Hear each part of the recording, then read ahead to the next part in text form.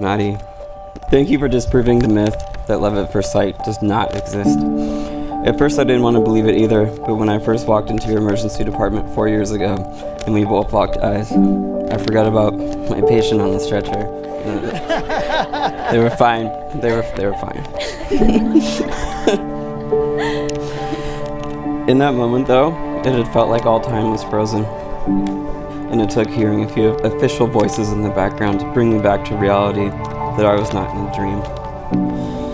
When I finally awoke from that fantasy, you were there, still staring at me. And I knew that that moment, you were the girl that I was waiting for my entire life.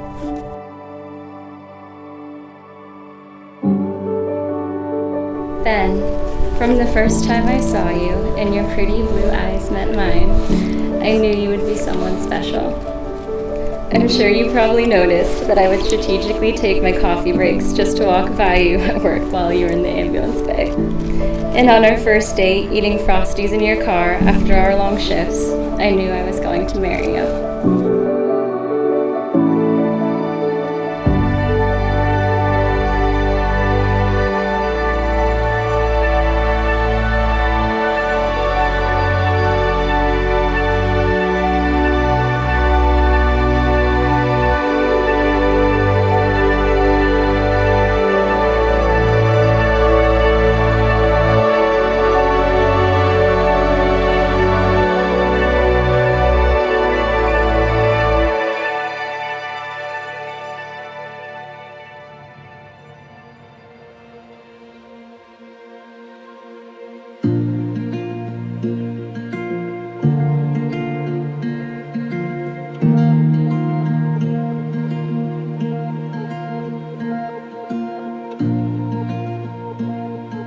Ben and Maddie are about to enter into a special God-designed relationship.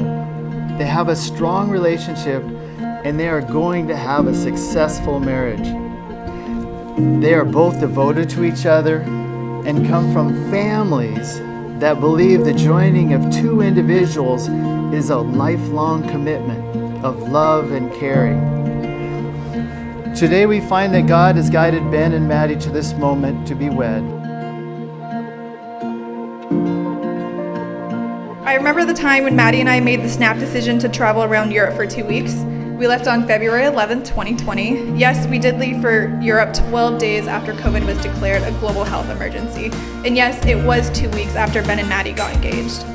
A few days prior to that trip, Maddie was now newly engaged, had also received even more great news, finding out that she had officially gotten into nursing school.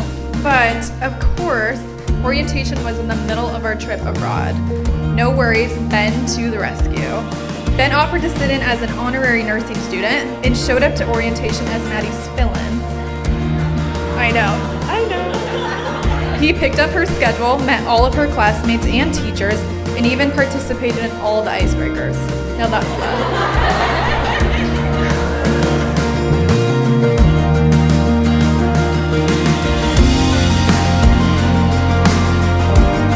Yeah, when I first met Ben, I guess I was kind of in a rough spot, coming back from like a couple deployments and here and there. I'd be kind of a mess, really. But I think Ben just kind of taught me how to be a good person and just how to treat the whole world, And I just want to let him know that I'm a better man because of it.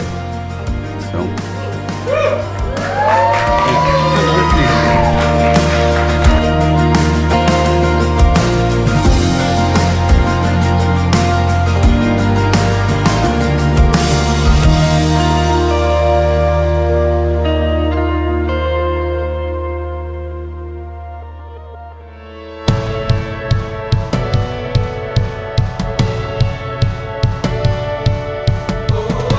As your wife, I vow to love you unconditionally and wholeheartedly.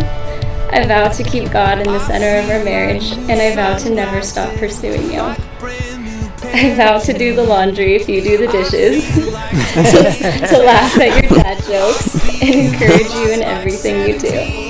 I will be your biggest fan in life and make all your days better like you do for me. I love you. I feel like windows roll down. I vow to help you reach the top of the world with all your life's goals, even if that means I need to get you another stool.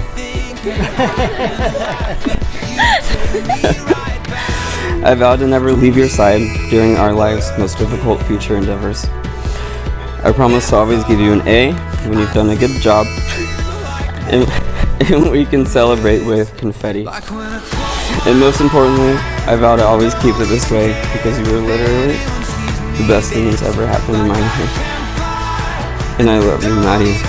I always will. I love you much longer than we both shall live. What God has joined together, let no one put asunder. You may kiss your bride.